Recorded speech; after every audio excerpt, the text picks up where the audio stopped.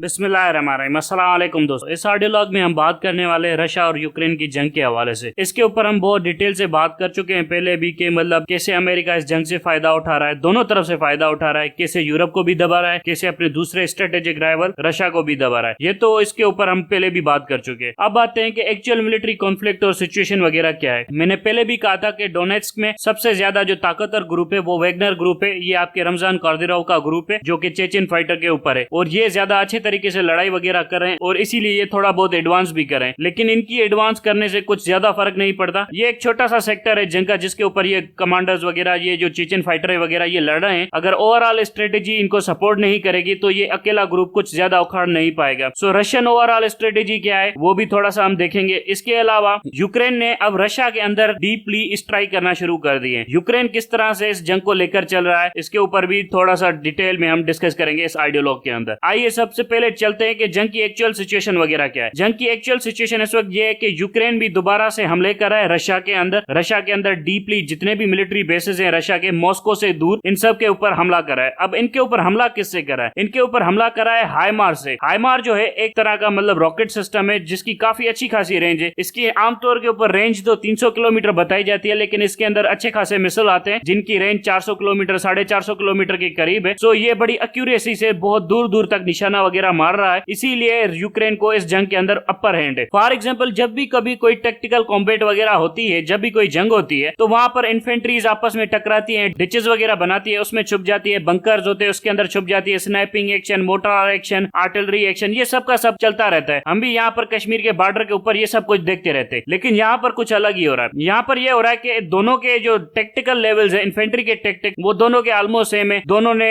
खड्डे खोदे हुए हैं, बंकर्स बनाए हुए हैं, उनके अंदर छुपे हुए हैं और आर्टिलरी से एक दूसरे के ऊपर बम्बारमेंट कर रहे हैं। लेकिन जो यूक्रेन को एडवांटेज है वो ये एडवांटेज है कि रशिया के जो डीप सप्लाई रूट्स है जो कि बहुत ही अंदर सप्लाई रूट्स हैं, जो कि उनके फ्रंट लाइन से 200 किलोमीटर अंदर, 300 किलोमीटर अंदर, 400 किलोमीटर अंदर है। यूक्रेन को उनकी इंफॉर्मेशन एग्जैक्टली मिल रही है जहां पर यूक्रेन को एग्जैक्टली पता है कि यहाँ पर रशियन ट्रूप्स हैं, यहाँ पर इनके एम्यूनेशन डंप्स हैं, यहाँ पर इनके जेट्स खड़े हैं, यहाँ पर इनकी टैंक्स वगैरह खड़ी है, ये इनका हाई कमांड है, ये इनका हेडक्वार्टर है। सो यूक्रेन को रशिया के डिफेंस के हवाले से उनके जितने भी नेटवर्क है उनके हवाले से सब कुछ उनको पता है। और वो यूक्रेन की कैपेबिलिटी नहीं है, एक्चुअली में नेटो की कैपेबिलिटी है। नेटो इनको सैटेलाइट से मॉनिटर करके सारे की सारी इंटेलिजेंस वगैरह प्रोवाइड कर रहा है, जिसकी वजह से यूक्रेन के जो ट्रूप्स वहां पर लोकली खड़े हुए हैं वो बिल्कुल डीप पेनिट्रेट कर रहे हैं। मतलब वो फ्रंट के ऊपर तो लड़ रहे हैं कि दोनों की फौजों का टकराव हो रहा है फ्रंट के ऊपर, लेकिन वो हाइमार्स को जो कि बहुत ही ज्यादा लॉन्ग रेंज रॉकेट्स हैं उनको यूज करके उनके डीप डिफेंस नेटवर्क के ऊपर हमले कर रहे हैं। और जो डीप डिफेंस नेटवर्क होते हैं वो ज्यादा वनरेबल होते हैं। फ्रंट के ऊपर आपके ट्रूप बहुत ज्यादा मतलब है ना इक्विप होते हैं, बहुत ज्यादा अलर्ट होते हैं, बहुत ही ज्यादा रेजिस्टेंस के शो करते हैं, जिसकी वजह से उनके ऊपर जो भी हमले होते हैं वो ज्यादातर वो ढक कर जाते हैं, वो संभाल लेते हैं क्योंकि उनको एक्सपेक्टेड होता है कि हम पर ज्यादा से ज्यादा हमले होते हैं। लेकिन जो आप deep behind the enemy lines strike करते हैं जो कि रशिया के ऊपर यूक्रेन कर रहा है, इसकी वजह से आपको अलर्ट रहने का मौका नहीं मिलता, इसकी वजह से आपकी तैयारी नहीं होती और आप बहुत ही ज्यादा वनरेबल पोजीशन में होते हैं, आपको पकड़ लिए जाते हैं। फॉर एग्जांपल यहाँ पर वेगनर ग्रुप के 400 के करीब बंदे थे, एक होटल के अंदर रात गुजार रहे थे। अब फौजियों के लिए ये होता है कि वो दिन को लड़ाई वगैरह करते हैं, रात को जाकर रेस्ट वगैरह करते हैं, फिर कुछ फौजी आगे लड़ने चले जाते हैं, कुछ फौजी पीछे रहकर रेस्ट करते हैं। अब यूक्रेन ने उस होटल के ऊपर मिसाइल दाग दिए हाइमार के। अब जब हाइमार के उस होटल के ऊपर मिसाइल दाग दिए तो वहां पर तो फौजी रेस्ट वगैरह कर रहे थे, जिसकी वजह से वो सारे के सारे फौजी मारे गए। मतलब ये 400 के करीब फौजी जिन्होंने कॉम्बैट भी नहीं देखा वो खड़े खड़े पीछे चले गए। सो इस तरह से जो रशिया की सप्लाई लाइंस है, इनके जो नेटवर्क्स है, इनको ज्यादा मतलब खुटे लाइन लगाता जा रहा है यूक्रेन। और इसी को कहते हैं कि मॉडर्न कॉन्फ्लिक्ट इन्फॉर्मेटाइज्ड वॉरफेयर। मतलब पहले से ही यूक्रेन को पता है कि इनके रिजर्व्स कहां पर है, इनकी स्टेशंस कहां पर है, इनके फौजी कहां पर ठहर रहे हैं, इनके डिफेंसेस के अंदर कमजोरियां कहां पर है, इनके सप्लाई रूट कहां पर कमजोर है, यहाँ पर स्ट्राइक करनी है, यहाँ पर स्ट्राइक नहीं करनी है। सो यूक्रेन बड़ा प्रिसाइजली स्ट्राइक कर रहा है क्योंकि यूक्रेन को इंफॉर्मेशन वॉर के अंदर बहुत ज्यादा एडवांटेज है इस पूरे के पूरे बैटल के अंदर, जो कि रशिया के पास नहीं है। रशिया के पास बहुत ज्यादा एग्जैक्ट इंफॉर्मेशन वगैरह नहीं है, हालांकि रशिया के पास होनी चाहिए थी। अगर चाइना रशिया का साथ देता तो इस वक्त रशिया के पास बहुत ज्यादा एक्यूरेट इंफॉर्मेशन होती इस बैटल सिचुएशन के हवाले से, लेकिन चाइना ने साथ नहीं दिया, जिसकी वजह से रशिया को बहुत ज्यादा बैकफुट के ऊपर जाकर ये जंग वगैरह लड़नी पड़ रही है। अब तो बात यहाँ पर आ गई है कि रशिया के अंदर जो मिलिट्री बेसेस है, जो उनकी फॉरवर्ड ट्रूप्स को सपोर्ट वगैरह कर रहे हैं, उनके ऊपर यूक्रेन ने हमला करना शुरू कर दिया है, जो कि रशिया की टेरिटरी के अंदर रहते हैं। उन ट्रूप्स के ऊपर, उन मिलिट्री बेसेस के ऊपर हमला करना शुरू कर दिया है। यहाँ पर आपको एक और मिसाल देकर समझाता चलूं कि जंग के दौरान एम्यूनेशन बहुत ज्यादा यूज होता है, इसीलिए एम्यूनेशन डंप्स वगैरह बनाए जाते हैं जिन्हें हम एमओ डिपो कहते हैं। अब एमओ डिपो को बनाकर छुपाना बहुत ज्यादा जरूरी होता है। वजह यह होती है कि दुश्मन का प्राइमरी टारगेट आपका एमओ डिपो होता है। अब एमओ डिपो उड़ा दिया तो आपकी फौज के पास लड़ने की कैपेसिटी कम हो जाती है, मतलब उनके असला गोला बारूद वगैरह कम हो जाता है। वो ज्यादा से ज्यादा 72 घंटे रोक सकते हैं दुश्मन को, उसके बाद वगैरह नहीं रोक सकते, क्योंकि एमओ डिपो उनको सप्लाई करता रहता है कंसिस्टेंटली, जिसकी वजह से उनकी जो लड़ाई की कैपेसिटी है वो 2 हफ्ते 3 हफ्ते तक बढ़ जाती है। लेकिन जब एमओ डिपो उड़ जाता है तो ज्यादा से ज्यादा 2 दिन तक ही आपकी ट्रूप्स वगैरह लड़ सकती है, उसके बाद उनको रिट्रीट ही करना पड़ता है। तो यहाँ पर भी यही एग्जैक्टली हो रहा है। यूक्रेन को एग्जैक्टली पता है कि रशिया के एमओ डिपोज कहां पर है, रशिया ने कहां पर अपने एम्यूनेशन वगैरह रखे हुए हैं, और रशिया अपने रिजर्व फौजियों को कहां पर सुलाता है, कहां पर बिठाता है, कहां पर उनके मतलब है रिक्यूपरेशन कैंप्स वगैरह बैठे हुए हैं। सो यूक्रेन प्रिसाइजली उन्हीं तमाम तर चीजों को टारगेट कर रहा है। फ्रंट के ऊपर आर्टिलरी बम्बार्डमेंट, स्नाइपिंग एक्शन,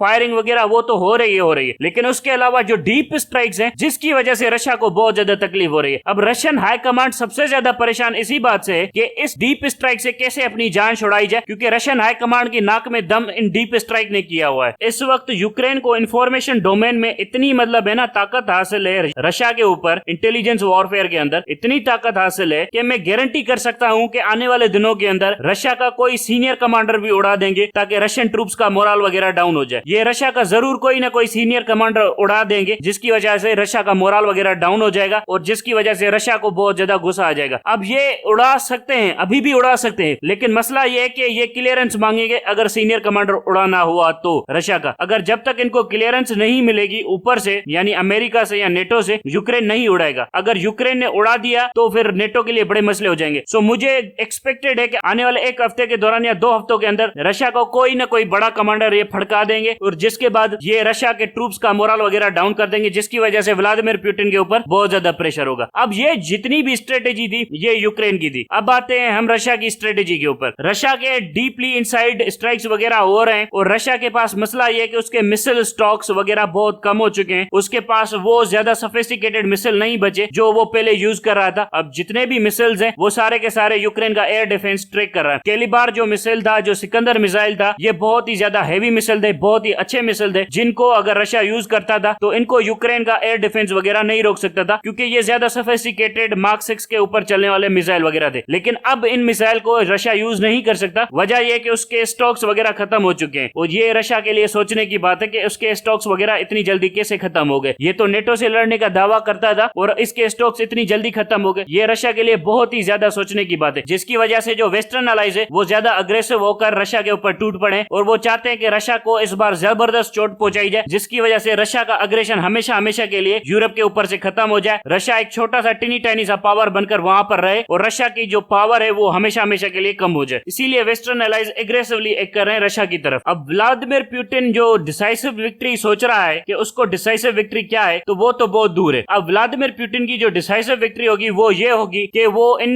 चारों रीजन में से कुछ भी ना दे, लुहांस्क भी ना दे, ज़पोरिज़िया भी ना दे, खेरसोन भी ना दे, क्राइमिया भी ना दे, इन चारों रीजन में से कुछ भी ना दे यूक्रेन को, और यहाँ पर कंट्रोल मेंटेन करके रखे और इस जंग को 6 महीने और चलाता रहे। अगर व्लादिमीर पुतिन 6 महीने तक और जंग को खींच गया तो इसकी वजह से ये जो नेटो के ममालिक है ये थक जाएंगे, ये सारा का सारा मसला ठप पड़ जाएगा, और ये नेटो के ममालिक नेगोशिएशन टेबल के ऊपर आ जाएंगे। अगर व्लादिमीर पुतिन आने वाले 6 माह तक ये सारे के सारे रीजन अपने कंट्रोल के अंदर रखता है और जंग बंदी वगैरह नहीं करता, तो ये नेटो के ममालिक किसी ना किसी पीस डील के ऊपर आ जाएंगे। अगर व्लादिमीर पुतिन विड्रॉ करेगा और इन इलाकों को छोड़ने की कोशिश करेगा तो ये व्लादिमीर पुतिन की बहुत बड़ी डिफीट होगी, जो वो अपने कंट्री के अंदर फेस नहीं कर पाएगा, और रशिया के अंदर एक और पॉलिटिकल डिस्टेबलाइजेशन होगी। फिर व्लादिमीर पुतिन को कौन रिप्लेस करेगा, ये सबसे बड़ा मामला है। बहरहाल जो आखिरी स्ट्रेटेजी व्लादिमीर पुतिन जो अप्लाई करने वाला है वो ये है कि इसने अपनी रिजर्व्स वगैरह बुला लिए हैं, 3.5 लाख के करीब रिजर्व्स को ट्रेन वगैरह कर लिया है, इनको अब बहुत जल्द डिप्लॉय करने वाला है। सो इनको डिप्लॉय करने के बाद बहुत मेजर लेवल के ऊपर ऑफेंसिव ऑपरेशन वगैरह करेगा। अब इस मेजर ऑफेंसिव ऑपरेशन में अगर व्लादिमीर पुतिन ने जो यूक्रेन का रेजिस्टेंस है वो तोड़ दिया, सो तोड़ दिया, जो कि नहीं टूटेगा। इसको रिजर्व संभाल कर रखने चाहिए, ऑफेंसिव एक्शन वगैरह नहीं करने चाहिए। लेकिन अगर इसने अपने रिजर्व्स को ऑफेंसिव एक्शन के लिए यूज किया और उम्मीद लगाई कि मैं यूक्रेन का रेजिस्टेंस तोड़ दूंगा, तो ये सबसे बड़ी बेवकूफी होगी। अगर इसने ऑफेंसिव एक्शन करके यूक्रेन के रेजिस्टेंस को तोड़ दिया सो तोड़ दिया, अगर नहीं तोड़ सका तो यूक्रेन के रेजिस्टेंस ये जितने भी रीजन है जो रशिया ने ऑक्यूपाई किए ये सारे के सारे ले जाएगा, और व्लादिमीर पुतिन के पास कुछ भी नहीं बचेगा। At the end of the day Vladimir Putin को